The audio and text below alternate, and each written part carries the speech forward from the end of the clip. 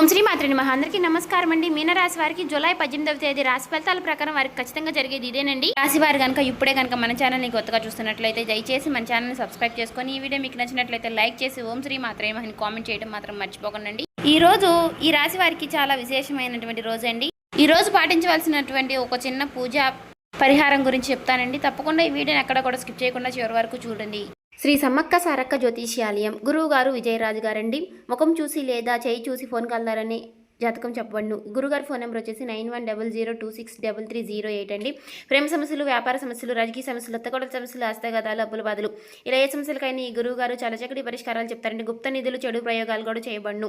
స్త్రీ పురుష వశీకరణ కూడా చేయబడును. ఎక్కడున్నా సరే ఈ గురువు గారిని ఫోన్ కాల్ ద్వారా సంప్రదించవచ్చు.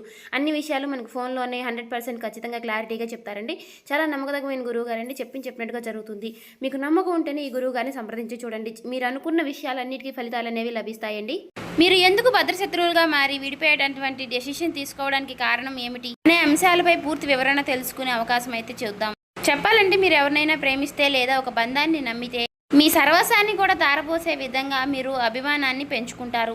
పైకి మీరు ఎంత గంభీరంగా కనిపించినా లోపల మాత్రం పంతాల కోసం పోకుండా చాలా చక్కగా అందరినీ ఆప్యాయతతో పలకరిస్తారండి. అలాగే మీలో ఉన్నటువంటి గొప్ప గుణం ఏమిటి అంటే కనుక ఎదుటి వారికి వారు మిమ్మల్ని అర్థం చేసుకోకపోయినా ప్రవర్తించినా సరే వారిని మీరు అర్థం చేసుకుని సర్దుకుపోతూ ప్రవర్తిస్తూ ఉంటారండి. అయితే అసమర్థతగా ఒక బాధ మీకు మీ మనసులో ఎప్పుడూ కూడా ఒక వెలితిగా కనిపిస్తూ ఉంటుంది. అంటే నేను ఎదుటి వ్యక్తుల్ని ఇంతగా బాగా నమ్ముతున్నాను, వారిపై అభిమానాన్ని ఎక్కువగా చూపిస్తున్నాను, కానీ వారు మాత్రం నన్ను ఎందుకు అపార్థం చేసుకుంటున్నారు, నన్ను ఎందుకు ప్రేమించటం లేదు అనే అంశంపై మీ మనసులో ఎప్పుడూ ఒక బాధ అనేది కలిగి ఉంటుంది. అది మీ యొక్క అమాయకత్వమనే చెప్పుకోవాలి. ఎందుకంటే మీకులాగా అందరూ మంచి వాళ్ళే ఉంటారని అనుకుంటూ వారి చేతుల్లో మీరు గతంలో ఎన్నిసార్లు మోసపోయినప్పటికీ కూడా అన్నీ మర్చిపోయి మీరు అందరినీ నమ్ముతూ ఉంటారు మన వాళ్ళే అని చెప్పేసి. ఎవరినైనా సరే గుడ్డిగా నమ్మేస్తూ ఉంటారు. ఆ నమ్మకమే ఇప్పుడు మీ పాలిట శాపంలాగా మారింది. మీరు ఎవరికైతే ప్రాణం ఇచ్చారో వారే మీ ప్రాణాన్ని తీసేంత పని చేయబోతున్నారు.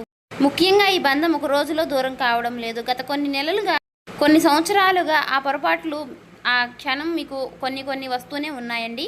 తరచు మీరు గమనిస్తూ ఉన్నప్పటికీ కూడా ఆ బంధాన్ని మీరు దూరం చేసుకోవడం ఇష్టం లేక తరచు మీరే సర్దుకుంటూ వెళ్తున్నారు.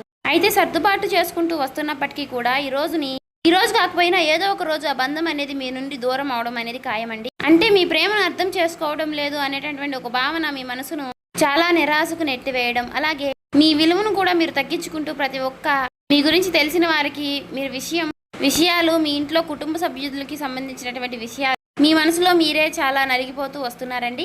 అంతా బాగుంటుందిలే, అంతా సమృద్ధిగా నయమవుతుందిలే, మేమంతా కలిసి బాగుంటామని చెప్పేసి మీరు ఆశించారు. కానీ అవతల వ్యక్తిపై మనసులో ఉన్నటువంటి మీ పైన ఉన్నటువంటి ద్వేషం, స్వార్థం పూర్తిగా ఎక్కువైపోయింది. మీరు మౌనంగా ఉన్నప్పటికీ కూడా వారు మిమ్మల్ని ఎక్కువగా చులకనగా చూడడం అనేది మొదలుపెట్టారు. అయితే రేపటి రోజున పరాకాష్ఠకు చేరబోతుందనే చెప్పుకోవచ్చు.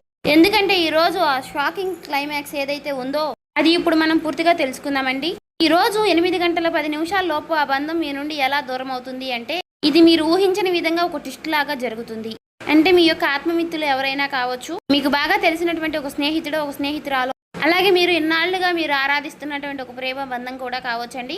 ఈ రోజున 8 గంటల తర్వాత మీరు ఒక నిజాన్ని అయితే తెలుసుకుంటారు. ఆ వ్యక్తి ఇన్ని రోజులుగా మిమ్మల్ని వాడుకుంటున్నారని, కేవలం లేదా మీ వెనకాల గోతులు తవ్వుతున్నారని కొన్ని సాక్ష్యాలతో సహా మీకు పూర్తిగా అర్థమవుతుంది. భిన్నంగా చెప్పాలి అంటే ఒక ఫోన్ కాల్ కానీ లేదా ఒక వ్యక్తి ద్వారా మీకు తెలిసేటటువంటి ఒక విషయం వలన ఆ మాటల యుద్ధం అనేది మీకు అలా జరుగుతూ ఉంటుంది.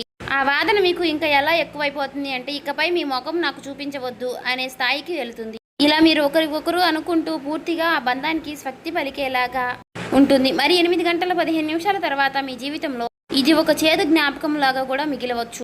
ఎందుకంటే మీరు ఇన్ని రోజులు కూడా చాలా భరిస్తూ వచ్చారు. ఈ రోజు కాకపోతే ఏదో ఒక రోజు వారిలో మార్పు వస్తుంది అనే విషయంలో మీరు బలంగా నమ్మారండి. కానీ మీ కృషిని మీరు ఇన్నాళ్లుగా చాలా ఓర్పుగా గ్రహించారండి. కానీ వారు మాత్రం మీకు వారి వైపు నుంచి ఎటువంటి విలువ ఇవ్వడం లేదండి. ప్రతి విషయంలోనూ కూడా వారు మిమ్మల్ని ఏదో ఒక విధంగా కిందకి లాగాలనే చూస్తున్నారు. కానీ మీరు మాత్రం తట్టుకోలేకపోయారు. అయితే దీనికి కారణం కూడా లేకపోలేదండి. అయితే దీనికి కారణం ఏమిటి అంటే ఒక మధ్య వ్యక్తి చేసినటువంటి నమ్మక ద్రోహం అని చెప్పుకోవాలి. అంతటికీ కారణం ఏమిటంటే డబ్బు, ఈర్ష్య, మీరు బాగా పైకి వస్తున్నారనేటువంటి ఒక కారణం కూడా అయి ఉండవచ్చు. అయితే వారికంటే మీరు బాగా సెటిల్ అవుతున్నారో అనో లేదంటే మీకు వచ్చేటటువంటి మంచి పేరును చూసి తట్టుకోలేక మీరు ఎవరికైతే కష్టకాలంలో అండగా నిలబడ్డారో వారే తిరిగి మిమ్మల్ని గుండెల మీద తన్నడం, ఇదంతా తిరిగి మీరు తిరిగి మీ మనసుకు చాలా లోటైనటువంటి విషాదాన్ని కలిగిస్తుంది. అయితే ఆ వ్యక్తి మీ పతనాన్ని కోరుకుంటూ కొంతమంది శత్రువులతో సైతం చేతులు కలిపి మీకు అలాగే మిమ్మల్ని మీ మనసుతో ఆడుకోవడానికి అయితే మీరు గుర్తుపెట్టుకోండి. మీరు బాధపడాల్సిన అవసరం అయితే లేదండి. అన్నీ కూడా ఫేస్ చేస్తూ మీరు ఉంటున్నటువంటి ఒక గొప్ప వీరులుగా మిమ్మల్ని చెప్పుకోవచ్చు. చిన్నప్పటి నుంచి కూడా ఎన్నో బరువు బాధ్యతలు మీరు మోసారు. కష్టం విలువ కూడా మీకు బాగా తెలుసండి. ఎప్పుడు ఏ విషయంలో ఏ సమయంలో ఏ సమన్వయ భాగంతో ఉండాలి అనే విషయాలపై మీకు బాగా అవగాహన కూడా ఎక్కువగా ఉంటుంది. ఏ కష్టాన్ని ఎలా ఎదుర్కోవాలి అని చెప్పేసి ఫేస్ చేయాలి, ఏ సమస్య వస్తే దాన్ని ఎలా ఎదుర్కోవాలి అని చెప్పేసి అనే అంశాలపై మీకు బాగా అవగాహన ఉందనే చెప్పుకోవాలండి. కాబట్టి ప్రతిదానికి కూడా మీరు కృంగిపోవడం, బాధపడడం ఇటువంటివి చేయకండి. గడిచిపోయినటువంటి కొన్ని సంవత్సరాలుగా ఇవన్నీ కూడా మీరు ఎలాగో అనుభవించేశారు. కాబట్టి ఇవన్నీ విషయాల్లో రానున్న రోజుల్లో మీరు దేనికి బాధపడరు, భయపడరండి. మీకు అత్యంత ప్రేమకరమైనటువంటి బంధాలు చాలా మీ చుట్టూ ఉన్నప్పటికీ కూడా వారిలో ఎక్కువ ప్రేమకరమైనటువంటి బంధాలు ఎవరు అని చెప్పేసి వారిలో మీరు తెలుసుకోలేకపోతున్నారండి. గుడ్డిగా కొంతమంది వ్యక్తుల్ని నమ్మి వారి నిజమైన ప్రేమ లేదా అని తెలుసుకోలేక వారితో మీరు అందరూ నా వాళ్ళే అని చెప్పేసి ఎక్కువగా వారిపై మీరు ప్రేమ అనుభూతులు కురిపిస్తూ ఉన్నారు. వారి మీద ఒక నమ్మకాన్ని కలిగి ఉంటున్నారు. కానీ ఈ రోజున మీరు వారి వలన కొన్ని ఎదురు దెబ్బలు తినే అవకాశాలు అయితే కనిపిస్తున్నాయండి. వారి వలన కొన్ని సమస్యలు ఫేస్ చేయాల్సినటువంటి అవకాశాలు అయితే కనిపిస్తున్నాయండి. కాబట్టి ఇకనైనా మీరు గుర్తుంచుకోండి, మానసికంగా మీరు చాలా స్ట్రాంగ్గా ఉండండి. ఒంటరితనాన్ని ఎక్కువగా ఇప్పటి వరకు చాలా అనుభవించారు. కానీ అయినప్పటికీ కూడా ఒక మాటలో చెప్పాలంటే ఒంటరితనమే చాలా గొప్పతనం అండి. ఎందుకంటే ఒంటరిగా ఉంటేనే ఏ బాధలు ఏ సమస్యలు కూడా మనల్ని ఏమీ చేయలేవు. కానీ ఆ బాధలు కలిగించేటటువంటి కొన్ని లాభ నష్టాలు కూడా ఈ రోజున కనిపిస్తున్నాయండి. కానీ కొంతమంది వ్యక్తుల్లో మనసులో విషాన్ని పెట్టుకుని పైకి మాత్రం ప్రేమ వలకపోస్తూ మాట్లాడుతూ ఉంటారు. ఇటువంటి వారితో మీకు ఉన్నటువంటి ప్రేమానుబంధాలు తెగతింపులైతేనే మంచిది. కాబట్టి ఇది పెద్దగా మీకు నష్టమైతే కానే కాదండి, ఉపకారమే ఆ భగవంతుడు మీకు చేయబోతున్నాడు. కాబట్టి అపకారం అయితే మీకు జరగలేదు. కాబట్టి ఆ బంధాన్ని మీరు దూరం చేసుకోవడం ఈ రోజున మీకు కొంచెం బాధగా అనిపించినప్పటికీ కూడా, మీ మనసు కుంగిపోయినప్పటికీ అనిపించినా కూడా మీరు కొంచెం బలంగా ఉండండి. అలాగే ఈ రోజున మీరు తప్పకుండా మీకు ఈ రోజు చాలా విశేషమైనటువంటి రోజండి. ఈ రోజు మీరు సూర్యారాధన చేసుకోండి. ఈ రోజు సూర్యారాధనకి చాలా విశేషమైనటువంటి రోజండి. కాబట్టి ఈ రోజు ఆదిత్య మంత్రాన్ని పఠించండి. అలాగే ఓం సూర్యాయ నమః, ఆదిత్యాయ నమః అని సూర్య భగవానుడికి సంబంధించినటువంటి నామాలని పఠించండి. దగ్గరలో ఉన్నటువంటి స్వామివారికి సంబంధించినటువంటి ఏ రూపమైనా పర్వాలేదండి. దగ్గరలో ఉన్నటువంటి ఆలయాన్ని ఈరోజు సందర్శించండి. ఈ రోజున మనసులో మీరు సూర్యారాధన చేసుకోవడానికి అంటే ఆ సూర్యుడికి సంబంధించినటువంటి ఆలయములు లేకపోయినా సరే నారాయణుడు అంటే శ్రీమన్నారాయణ వాసుదేవుడు యొక్క ఆలయాలని మీరు దర్శించండి. అలాగే ఈ రోజున ఓం నమో భగవతే వాసుదేవాయ అనే మంత్రాన్ని అనేటటువంటి నామాన్ని కూడా ఈ రోజున మీరు ఎన్నిసార్లు వీలైతే అన్నిసార్లు పఠించండి. అలా పఠించడం వల్ల మీ మనసు చాలా ప్రశాంతంగా ఉంటుంది. ఇక ఈ రోజున మీరు ఎవరితో కూడా గొడవలు పెట్టుకోకండి, ఒంటరిగా ఉండండి, పాత విషయాల్ని అసలు తలుచుకోకండి. మీకు నచ్చినటువంటి ఏదైనా ప్రదేశానికి వెళ్ళడం, అక్కడ కాస్త మనసుని మీ ప్రశాంతంగా ఉంచుకోవడం, మీ మనసుని మీ దాటిలో ఉంచుకుంటేనే మీరు ఏవైనా సరే సాధించాలి అనుకుంటే తప్పకుండా సాధిస్తారండి. ఎందుకంటే మనసు ఒక చోట మనిషి ఒక చోట అన్నట్లుగా మనం చేస్తే మాత్రం మనం ఎప్పుడూ కూడా పైకి రాలేమండి. ఇంకా పడుతున్నటువంటి కష్టాలు ఇంకా ఎన్నో పడాల్సి వస్తుంది. కాబట్టి ఆ విషయంలో మీరు కొన్ని జాగ్రత్తలు అయితే తీసుకోనండి. అలాగే గురు ఆలయానికి వెళ్ళండి. గురు ఆలయానికి వెళ్ళి దర్శనం చేసుకోవడం వల్ల మీకున్నటువంటి కొన్ని తలనొప్పులు, కొన్ని సమస్యలు, చిన్న పడుతున్నటువంటి సమస్యలన్నీ కూడా తొలగిపోతాయండి.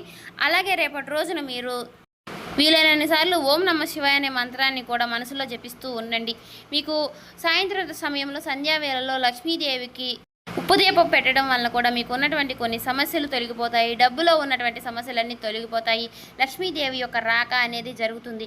మేము ఎన్ని పనులు చేసినా సరే, ఎంత కష్టపడినా సరే మాకు చేతిలో చిల్లి గవ్వ కూడా మిగలడం లేదండి అనే వారికి ఈ ఉప్పు పరిహారం అనేది చాలా బాగా పనికి వస్తుంది. అలాగే మీరు గుమ్మం బయట వైపు కుడివైపున ఎద్దు పటం ఉన్నటువంటి ఒక ఫోటో ఫ్రేమ్ని మీరు గుమ్మం బయట కుడివైపున పెట్టుకుంటే మాత్రం లక్ష్మీదేవి యొక్క రాక అంటే మనకి ఎద్దుని గోమాతని అని పోలుస్తారు కాబట్టి మీకు లక్ష్మీదేవి యొక్క రాక అనేది జరుగుతుంది. ఇంట్లో ఉన్నటువంటి నెగిటివిటీ అంతా పోతుంది, పాజిటివిటీ పాస్ అవుతుంది. సో చూశారు కదండి, ఈ వీడియో నచ్చినట్లయితే ఓం శ్రీ మాత్రే నమః అని కామెంట్ చేసి ఇంకా మన ఛానల్ని సబ్స్క్రైబ్ చేసుకొని వాళ్ళు ఉంటే దయచేసి సబ్స్క్రైబ్ చేసుకుని మాకు సపోర్ట్ చేయడం మాత్రం మర్చిపోకండి. అలాగే మీరు ఈరోజు చేయవలసిన పూజా విధానము, పాటించవలసిన పరిహారాలు, అనుకూల సమస్యలు, అననుకూల సమస్యలు ఏ విధంగా రాబోతున్నాయి, ఏ విధంగా మనం నడుచుకోవాలి అనే విషయాలపై మీకు పూర్తిగా అవగాహన వస్తే మాత్రం ఖచ్చితంగా గమనించండి. మేము ఇదైతే కల్పితంగా చెప్పింది అయితే కాదండి. మీ రాశి ఫలితాల ప్రకారం మీకు సంబంధించినటువంటి కొన్ని పరిహారాల గురించి అయితే కూడా చెప్పాం కదండి. మీరు ఖచ్చితంగా వాటిని కనుక పాటిస్తే మాత్రం మీకు ఉన్నటువంటి సమస్యలు కూడా తొలగిపోయే అవకాశాలు అయితే కనిపిస్తున్నాయండి. ఒకే మొత్తంలో మనకి పెద్ద ఆస్తులు వచ్చి పడాలి, పెద్ద డబ్బు ధనాలు వచ్చి పడాలి అనుకుంటే మాత్రం అవ్వదండి. ఏదైనా సరే మనం కష్టపడే కొద్దిగా మనకు చేతికి వచ్చే అవకాశాలు కనిపిస్తాయి. కాబట్టి మనం తక్కువ కష్టపడి ఎక్కువ సంపాదన రావాలి, ఎక్కువ మనం ధనవంతులు అయిపోవాలి అనుకుంటే మాత్రం కుదరదండి. ఈ రోజులు బట్టి ఎవరితో ఎలా ఉండాలి అనే ఒక విషయం కూడా మీరు బాగా గుర్తుపెట్టుకోండి. అందరూ మన వాళ్ళని నమ్మేసి మాత్రం అందరికీ చెప్పకండి.